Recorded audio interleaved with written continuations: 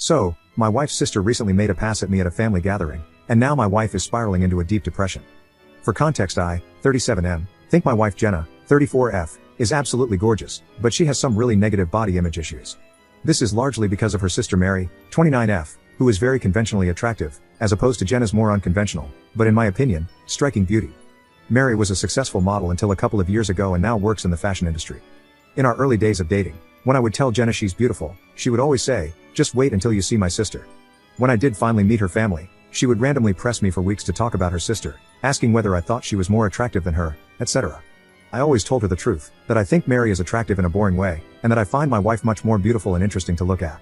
She wouldn't let it go until I confronted her about how uncomfortable it made me and asked her what was going on. This is when she told me that she always had a chip on her shoulder about her looks because of being compared to her sister growing up. They fell into the classic smart one/pretty one dynamic their entire lives.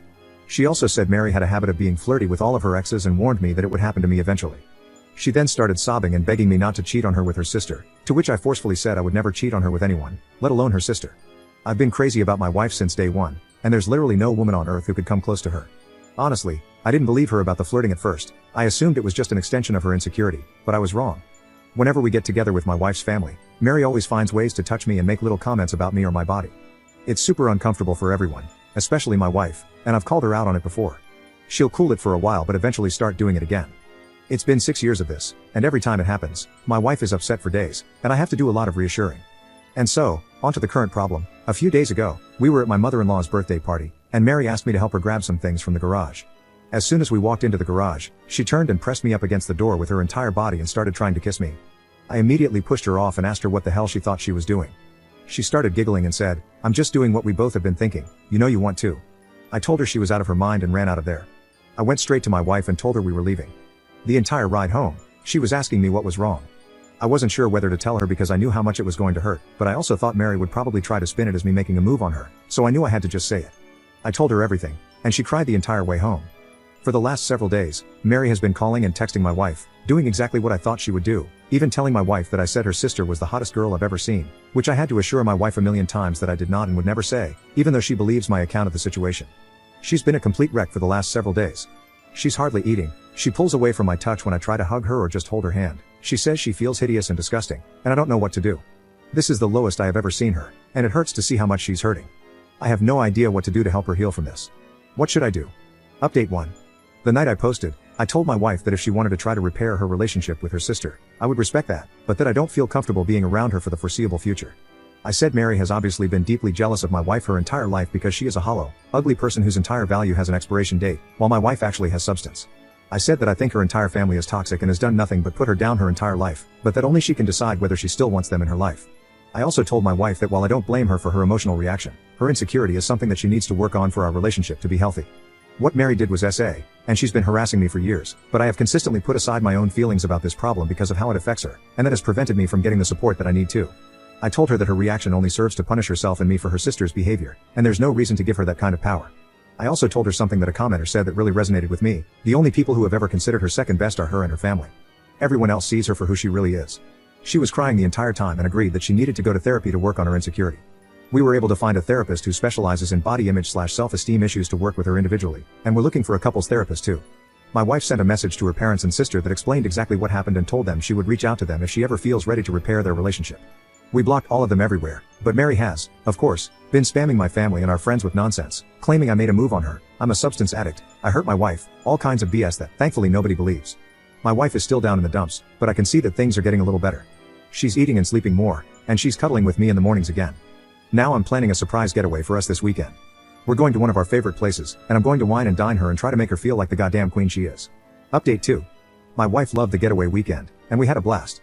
By the end of it, she said she felt like herself again. For a few days after we got back, things were really quiet, so we were hopeful that Mary had finally given up, but I felt uneasy about it all. Many of you warned me that Mary would try to interfere with my work, and while I initially dismissed it, I figured I would reach out to my boss just in case. I've been working at the same company for almost 10 years, and she's heard me vent about Mary before, so I didn't have to explain too much. My boss just reassured me that she knows my real character and would let me know if Mary tried anything. As you predicted, Mary did try to contact my boss a couple of days later, and the following is a recounting of what my boss told me. Apparently, Mary said that I needed to be fired because I was a predator and claimed to have proof that I attacked her.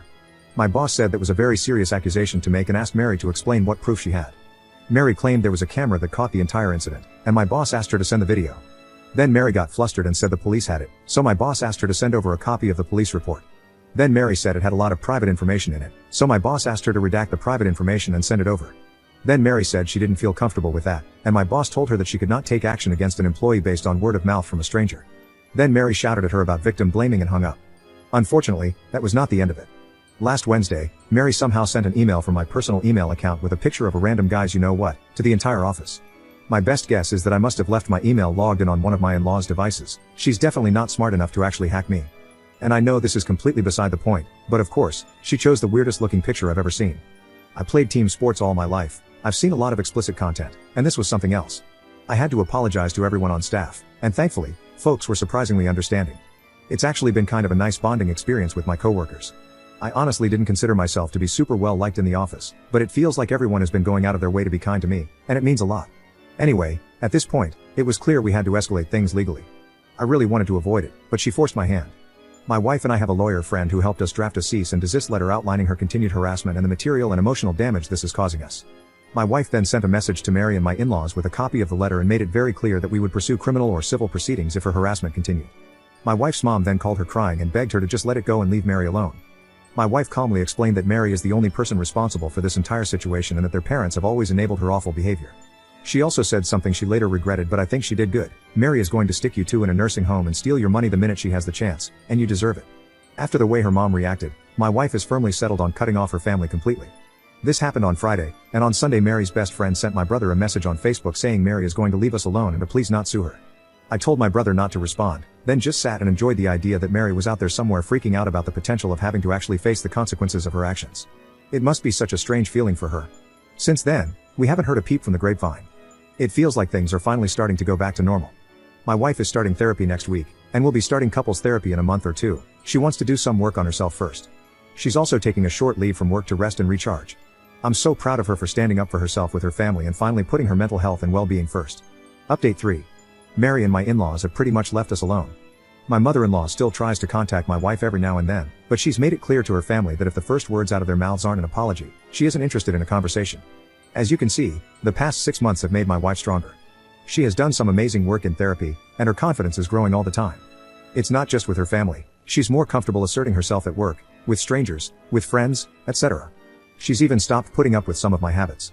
To be fair, those habits include leaving my socks everywhere around the house, but I'm seriously proud of her for telling me to cut it out. I'm becoming a more responsible and supportive partner because she's able to communicate her needs and expectations without feeling guilty about it. And I'm able to communicate things to her without intense emotions fully eclipsing the conversation. I didn't mention this in my earlier posts, but my wife does struggle with rejection sensitivity even outside of her family. Often, if I brought up something that I felt needed to change, her emotional reaction to feeling like she did something wrong would be really intense, and instead of dealing with the problem, it would become about regulating her emotions. Now my wife has really good coping tools that allow her to talk about the problem without thinking she is the problem.